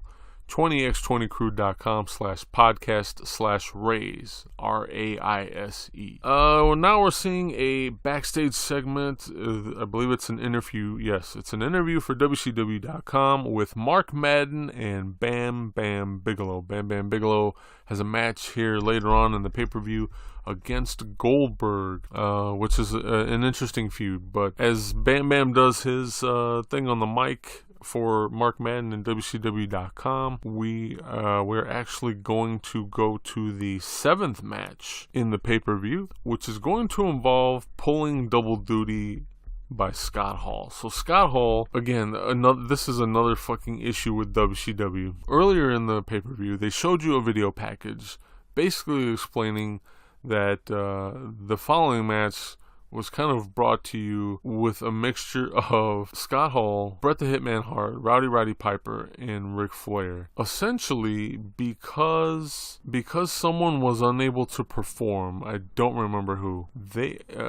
essentially, it might have been Bret Hart. I think Bret Hart was out with a concussion at this. So Bret Hart was out with a concussion. He is unable to compete as the United States champion. So what they do is they essentially just hand the belt over to Scott Hall. And they played it up as like, well, we don't have, obviously the champ isn't here and he's not able to perform. So we're going to make sure you guys get a match. And you're probably wondering like, well, why didn't they hold some sort of a tournament and make a big production out of it? Think about it from these terms. And again, I don't necessarily agree with these terms, but think about it from these terms. They already have the finals, like semifinals and finals of the tag team tournament on this pay-per-view. I don't know how well 2 tournaments on the same pay-per-view would have gone over, but I also don't agree, I adamantly don't agree with just handing a title over to somebody. You have Scott Hall come out with Disco Inferno, and here it is again. We're going to hear it for the umpteenth fucking time tonight, is the NWO Wolfpack theme as he comes out with Disco Inferno. The match is against Roddy Piper, who is current U.S. champ. So if I'm not mistaken, I'm sorry, they didn't give it to Hall. They gave it to Piper. So Piper takes the belt, and he's going to defend it here against Scott Hall. And there's plenty of guys, as Scott Hall comes to the ring, there's plenty of guys and fans in general with signs in the audience. There's one There's a guy that says the disciples. He has a sign that says the disciples of destruction for some odd reason. I don't know who or what he means by that, but he's pretty fucking adamant about showing it on the camera at some point. Piper comes out with his reality check t-shirt. I always thought that was a cool merch idea, and I think at any given point in professional wrestling history, when it came to, I always thought it was a really good idea for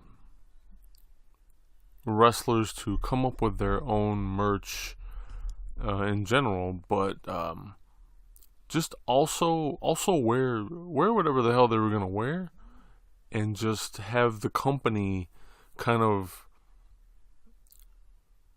make it legally work, whether that be obtaining the rights to, you know, usage of a shirt or what have you. Now, clearly, the t-shirt that Roddy Piper's wearing in this match, or was wearing in this match to come out to the ring, is one that he made on his own. It has the word reality and a check mark on the front, and something akin to Roddy 1999 on the back.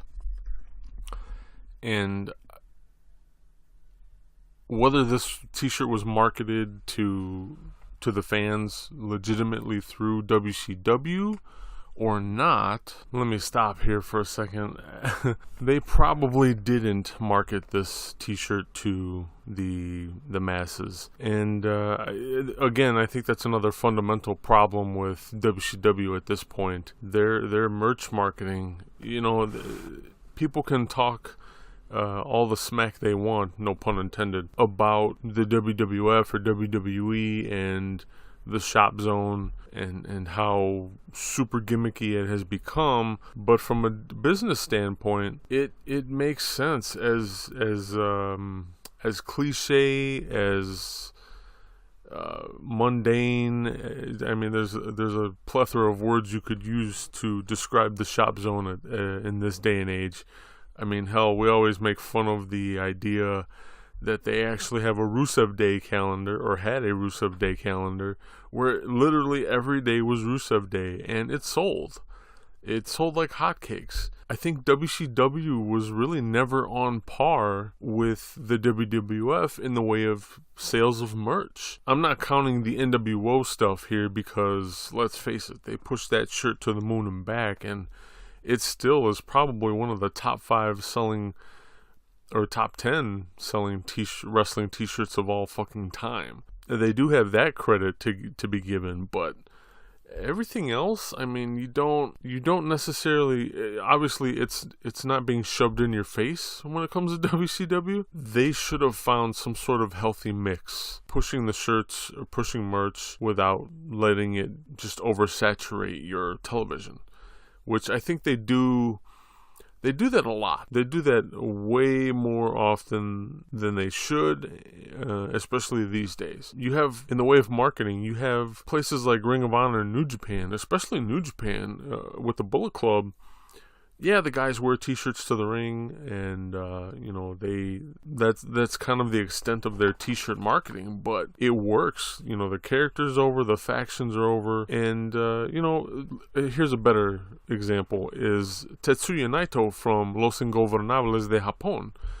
Here you have a faction that's over.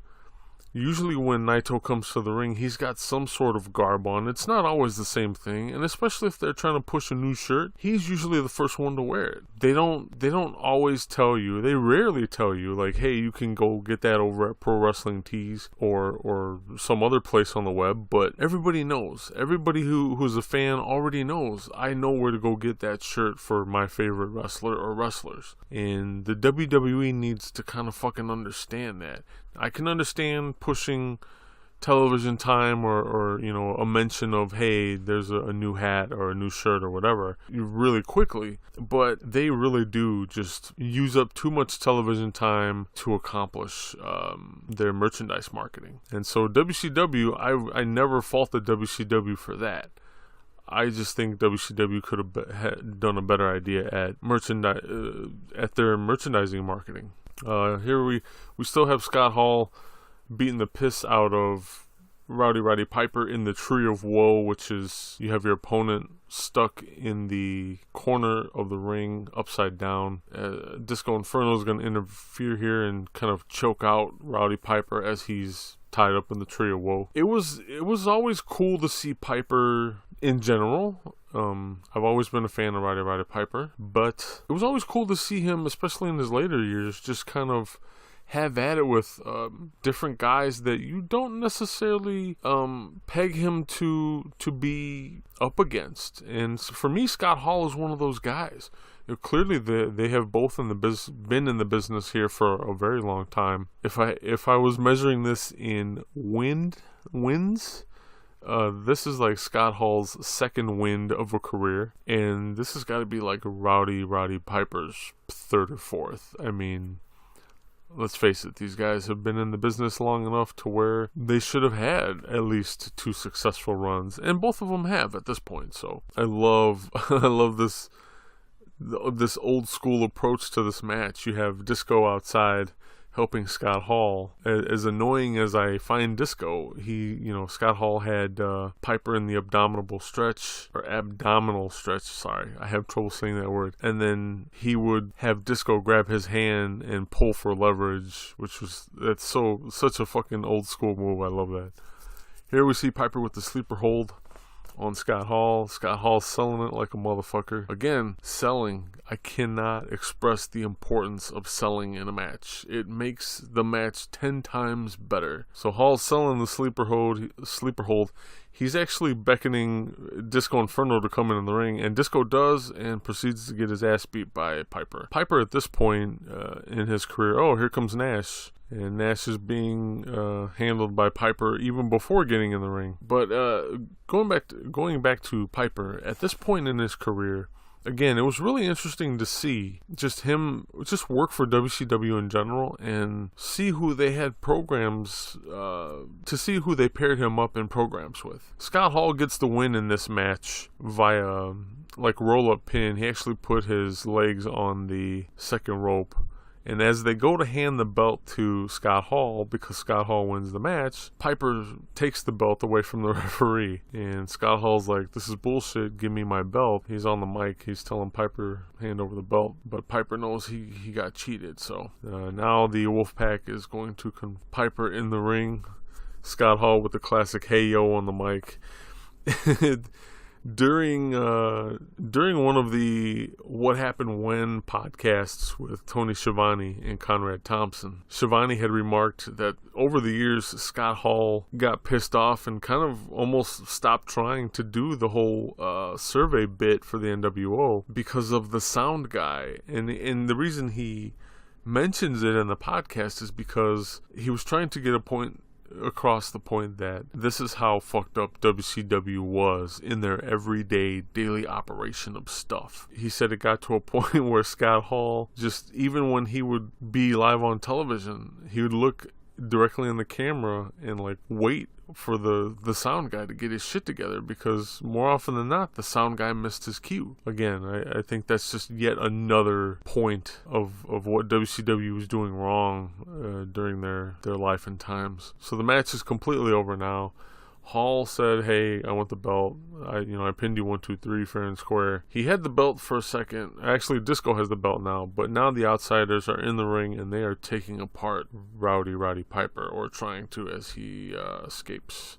I would have loved to have seen Piper wrestle the likes of Eddie Guerrero here in WCW, Chris Jericho, because at this point Piper, although he's up there in age and whatever, he can still go. He can still make the matches interesting. And again, one of the veterans that you would actually want on your fucking roster, who actually wasn't afraid to work and still could work. I remember meeting Piper at a convention, I want to say 2000, and he couldn't be any nicer. He was really awesome. I was there with my brother. I was there with a couple of my brothers. My brother had actually dressed up as Piper. He was so nice to all of us. Couldn't have been a nicer guy. You never know just how these guys are going to take it when you go to meet them. Sometimes they're dicks, and that was quite the contrary when it came to Roddy Piper. Obviously, he is no longer with us, and it's a shame. It's a shame because the business could not only use his mind, he was one hell of a worker, and he was always one hell of a worker, no matter where he worked, no matter how old he was. We continue on. We have I believe it's the first of a double main event here, because... So this is your first of 2 main events, and sadly what makes this a main event billed by WCW is that it features Goldberg. And I bring that up because this match also features Bam Bigelow, who's one hell of an accomplished wrestler at this point, way more accomplished than Bill Goldberg, whether you like that statement or not. But this is the match. Really quick, that Scott Hall match with Piper ran about 8 minutes and 19 seconds, and again, Scott Hall wins, becoming the new U.S. champion. Now we have Goldberg and Bam Bigelow on the bill, and this was always an interesting situation for me when it came to Bill Goldberg post undefeated streak, post heavyweight championship run, because it's like, what are they going to do with him next? And I think that's probably one of the only reasons I actually paid any remote attention to Bill Goldberg after those facts, because just because of the way WCW was being run, there was so much chaos backstage, and again, with their daily operations, a lot of the staff didn't even know what the fuck is going on half the time. And that's a really sad thing to say, because I think if they would have had their shit together, we still would be... I was mistaken. Seeing WCW flourish at this point. Goldberg comes out to the ring, and it's just interesting to see what they decide to do with him here. So they put him against Bam Bigelow, and kudos to WCW for doing so, because again, Bam is a worker. He's, obviously he's a big guy, so he's got enough beef to hang in the ring with Goldberg, but also he knows what he's doing. So I was excited. I was excited to kind of see this come to fruition, and on pay-per-view no less. And I was interested to see how he was going to help put Goldberg over, because let's face it, that's what he's in the ring to do, whether I like that or not. He's there to get Goldberg over. And unfortunately, I think this match misses the mark when it comes to satisfying my appetite here. It wasn't a completely bad match, but again, you have Goldberg. It seems like he just never really took the fucking time to properly train in the art of professional wrestling. And I'm sure I'm gonna get flack for saying that, but I could give two shits. All you Goldberg fans out there, you were a fan of the gimmick, not the actual fucking wrestler, because he couldn't fucking wrestle. Whatever training he had over the years, it wasn't enough. I think if this were the WWF and they had a hold of something like the gimmick of Goldberg and the man that was Goldberg, he would have endured something along the lines of what Mark Henry had to go through, where Mark Henry was, obviously the strongest man in the world, legitimately, he had that accolade before coming to the WWF. But while being in the WWF, that first year he was there, he was injured a lot. He admits it was his own fault at times. Like he wasn't getting it. He was getting hurt it wasn't a necessity. He could have completely avoided it. Now I'm not saying Goldberg is prone to injuries here. What I'm saying is my point is they both needed to learn how to wrestle, and that's the difference between Mark Henry and Bill Goldberg, because Mark Henry eventually learned how to wrestle and wrestle successfully. So for me, Mark Henry was worthy of his heavyweight title run. Goldberg wasn't. He was all gimmick and very little training, and they never really bothered to fix that. And now over the years, Goldberg, you'll see Goldberg, he definitely evolves into something more than a gimmick, but it isn't much. You got a guy who's in really good shape. He's got a really great look. That's about it. It's all flash and no substance. And it kills me too, because he's got mixed martial arts training, and you would think they let him incorporate that into his in-ring work. And while we do see it from time to time, eventually you don't get a whole hell of a lot out of Bill Goldberg. You just really don't. You know what? He's like, at Bill Goldberg in 1999 is like the equivalent of Ronda Rousey in 2019 for me, anyway. And that's what it equates to me. That's who he equates to for me. Barely. I mean, don't get me wrong. He's got fucking hops. He just tried to drop kick Bam Bam, and he got up there. He had a nice looking drop kick, but it was poorly executed. You can't even do that.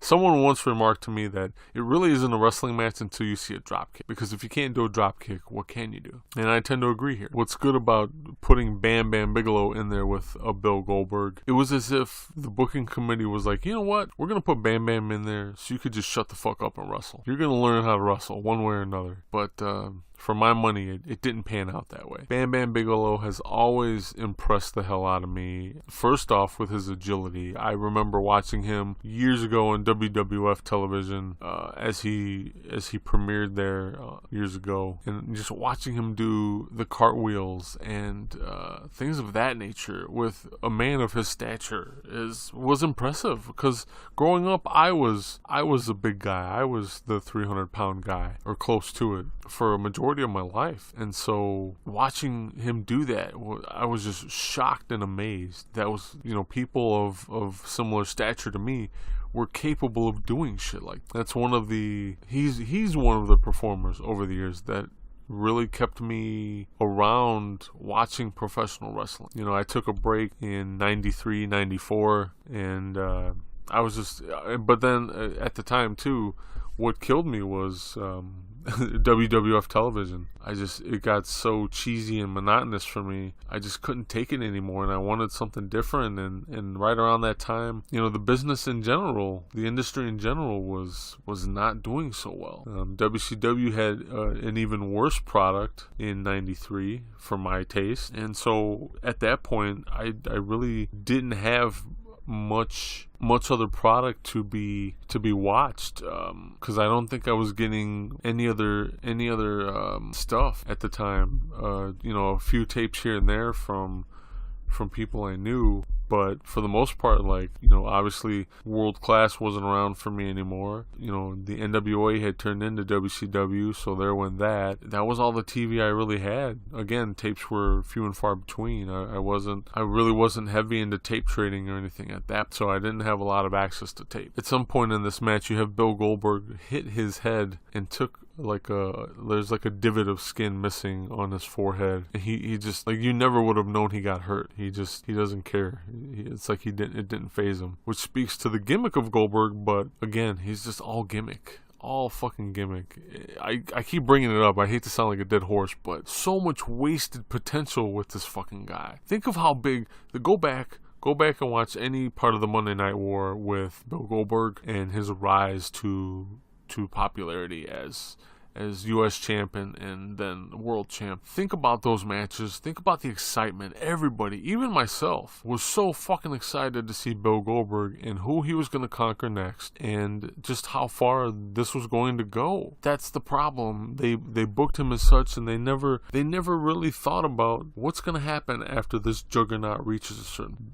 That has to have been figured out. For him to become more successful, it should have been figured out during the beginning of them starting to push him. And that's what pains me about their booking committee. Throughout the years, they've had people like Kevin Sullivan, Vince Russo, Kevin Nash, Ric Flair, just a plethora of guys handle the book or be a part of the booking committee. And you wonder, what goes through the mind of someone like Kevin Sullivan, who's clearly He has been proven to book successfully. But what goes through? Who was responsible for Goldberg? Where was there such a fuck up? Who didn't have the foresight to look ahead and figure out what the fuck to do with him? Bigelow just got pushed off the top rope by Goldberg. Goldberg could have easily shown some ring knowledge if he had it, and he could have powerbombed him. I think it would have made it more exciting than just kind of politely pushing Bigelow off of the top. Here we have the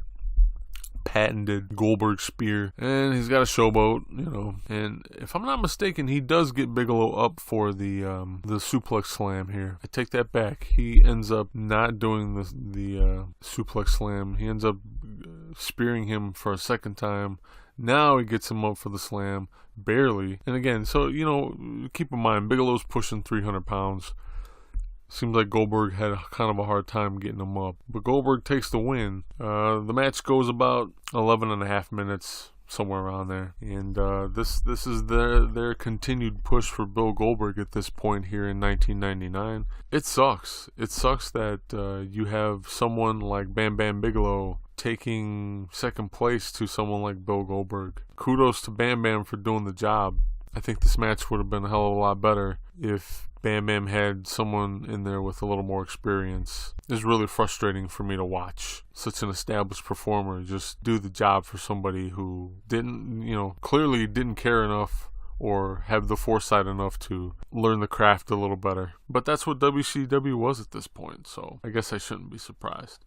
Ladies and gentlemen, we are again watching the 20th anniversary of WCW's SuperBrawl IX, taking place in Oakland, California at the Oakland Arena, February 22nd of 1999. If you don't have a WWE Network subscription, because that's how we're watching this, you can get one over at 20x20crew.com/podcast/WWE Network. That's all one word. We have Michael Buffer in the ring right now. We are at the 2 hour, 31 minute, 53 second mark of the pay-per-view. We got about another 20 minutes to go. And this is our final match of the evening. So let's take you back. This is our main event. Let's take you back. At the beginning of the pay-per-view, we got to see the lovely and gorgeous Tori Wilson sprawled out in nothing but a bedsheet, accepting tickets to Super Brawl from someone. We don't know who. You will find out in this match who that is if you haven't watched this. Spoiler, it is David Flair, the son of Ric Flair, who vying for the heavyweight title here in this match. So this match is Hollywood Hulk Hogan, who is currently champ, going up against the legendary Ric Flair, hence Michael Buffer being in the ring. And David Flair is going to come out at the end and basically ruin it for his dad. I'm spoiling this now because there could be a lot said about this story, this circumstance. Hogan comes out first. He's got he's got all black and white on except for his shirt, which is an NWO Wolfpack shirt. Again, Hogan riding the bandwagon and making sure he's over as over can be. So he's got the red and black on as far as t-shirts go, and then he's actually got the heavyweight title spray painted in red paint as opposed to black. So he's coming out to the ring first. Again, I'd really be interested in knowing who booked this match and how much Hulk Hogan had say-so over it, and also Ric Flair, because the basis of the match, the basic story of the match, pits father versus son. That is one of the true golden rules of professional wrestling. Well, storytelling in general, you have to make it as relatable to your audience as possible, and they managed to do that here with this whole angle of David Flair basically betraying his father. So you have a son betraying his father. That's the basic story of this match. Now, obviously, you don't know that till the end of the match. You have all the makings of a really good wrestling match, and again, whether you're a fan of either of these guys or not, if you think they're dinosaurs at this point, however you want to judge this match, both of these guys are completely capable of having this match. Flair comes out pretty nonchalantly. There isn't much showboating. He just kind of waltzes out to the ring very quietly. Looks like he's got a couple of butterfly band-aids on his cheek there, on his left cheek from a previous altercation. Hogan lets him have the ring, which again is another thing that can be said about Hogan, whether you like it or not. He knows what he's got to do to be over with the crowd, to be over with the company, and he's very adamant. That's why he has at this point, that's why he has creative control over his character, or at least partial creative control creative control over his character. I think that's Hogan's downfall, though, is I think he comes to a point where he thinks he knows everything, and he thinks he knows what is always going to be over, even when he's wrong. Hogan creeps back into the ring. He's telling Flair to just hold on a second. He's pointing at the belt. Flair could give two shits. He just wants to wrestle. I haven't watched this in probably a good 10 to 12 years. I still feel the same way. I feel that, you know, clearly there's going to be some of you that think of these guys as dinosaurs at this point, but this match, it works well. They both know what they're doing in the ring. They both know what they need to do to make the match relevant and keep themselves relevant. You know, Flair is still at this point completely able to go 60 minutes if he fucking wanted to. I don't know if Hogan could go 60 minutes, but he's sure as hell going to try to entertain while he does it. And he knows how to be a super fucking heel. They both know how to sell, which is really important here, because you know, clearly they're up there in age, so there's got to be a little more theatrics in it than actual wrestling. Hogan, out of the two, Hogan only has a few set moves, pretty much, as opposed to Ric Flair, who definitely is a much better technical wrestler than Hulk Hogan. I know someone's going to be mad out there. But, you know, they start off kind of posing against one another, getting the best of one another. Flair actually spits at Hogan at some point at the beginning of the match. Hogan is going corner to corner with lariat after lariat on Ric Flair. And Flair ends up doing his patented face drop to the mat after being hit with a couple of those lariats. One of the things I loved here was they actually chopped the hell out of each other. And if I recall correctly, Hogan does a lot more fucking chopping in this match than Ric Flair, which really surprises the shit out of me. Because I think if there was ever a time to showcase Ric Flair's chopping abilities, it's this fucking match. I love that rolling knee that Ric Flair does off the ropes. Oh, and when I mean off the ropes, like not from the corner. He kind of bounces off the ropes and then rolls through with the knee drop right to the head. I remember Triple H stating one time, like one of the first times he took one of those from Ric Flair, he's like, it hurt like a son of a bitch. Flair is a fucking master at being whipped into the corner and then floating over and going, like, falling to the outside of the ring. I'm sure his back fucking suffered for it, but damn, he makes it look good. Hogan's got a chair now. Again, major fucking heel shit from Hulk Hogan. I was so tired of Hulk Hogan being a heel because he did it so well.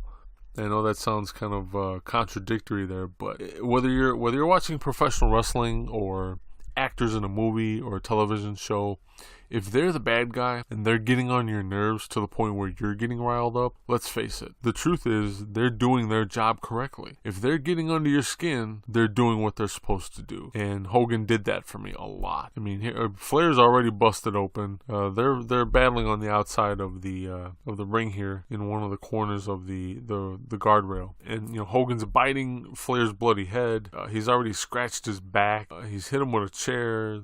Just pulling out all the stops here against Ric Flair. As frustrating as that was for me to see, like, oh, here we go, Hulk Hogan's gonna get over again and win the match. He does his job. I can't be mad at that anymore. He does his job. He's got blood from giving Ric Flair a suplex onto the mats at ringside. He's got blood all over his ribcage on his right side. Man, Flair's bleeding like a fucking stuck pig. Jesus. That was one cool little move exchange Hogan used to do in his heel days for sure. I think it came across better in his heel days anyway, where he would land an elbow drop. Again, this is not a high flying move. His opponent would be on the mat. He would go for an elbow drop, get up, and do it 2 or 3 more times depending on the situation. I always dug that little exchange between Hogan and his opponents. I think that was really fucking cool, especially transitioning into something else, especially when it was something more heelish, as we see Hogan take off the weightlifting belt and use it on Ric Flair. I get Ric Flair is a guy who's like, hey, if this is going to work for the match, let's do it. But Hogan is clearly not holding back with this fucking weight belt, and he is beating the piss out of Ric Flair, so much so that you can tell Ric Flair has had enough. He gets up and gets angry with Hogan a couple different times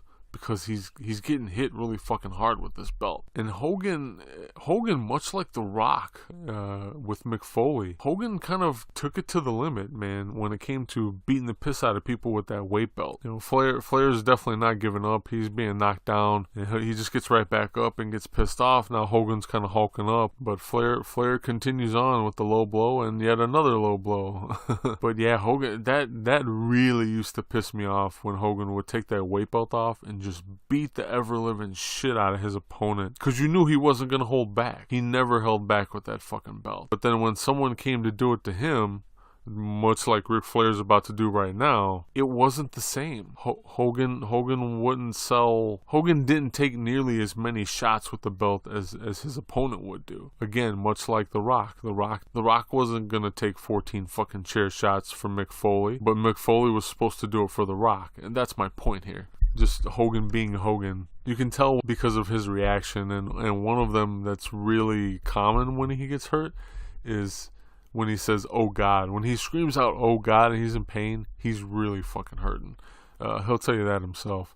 Hogan's busted open now due to being hit with the belt buckle of the weight belt from Ric Flair. Tori Wilson, absolutely gorgeous, coming out to the ring, and she's going to get up on the apron, and she's going to pretty much tell Ric Flair to fucking stop. And Ric Flair's basically showing, gyrating his hips at her and taking a couple slaps in the process. Here's where she gets down off of the mat, off the apron. And that's kind of the extent of her interfering at this point. And we'll later see why. You can say what you want about WCW using dinosaurs or older wrestlers to accomplish main events for their company. But here in 1999, this match, whether you agree with me or not, this match makes it a hard argument. And I think what it boils down to, just having extremely capable main eventers in your main event. When you have that and they're both willing to work with one another, I don't think the age matters. For this match, all of this going on completely works for me. Even the bullshit ending, the non-clean ending. So now the referee is laid out. Hogan lays down the big boot on Ric Flair. Hogan has made sure the referee was taken out. Flair gets the big boot. He gets set up for the patented Hogan leg drop, and Hogan misses as Flair rolls out of the way. And now we see someone in all black with a black ski mask on and what looks to be a black and red NWO t-shirt under his leather jacket walk down to the ring, and it would take someone with an IQ of 5 to not understand that this is David Flair. David Flair sneaks into the ring with a cattle prod, a stun gun, and hits Ric Flair with it a couple times. Tori Wilson shows approval by holding his hand at ringside. Charles Robinson wakes up and gives Hulk Hogan the win by a 3-count pin. Water bottles are being thrown into the ring, amongst other things. Now David Flair and Tori Wilson are in the ring as Flair lay out on the mat, just pretty much dead. And so Hogan, Tori Wilson, and David Flair are hugging, showing that they're all in cahoots. She gives a big hug to David Flair, who still has his mask on. He does unmask himself, obviously.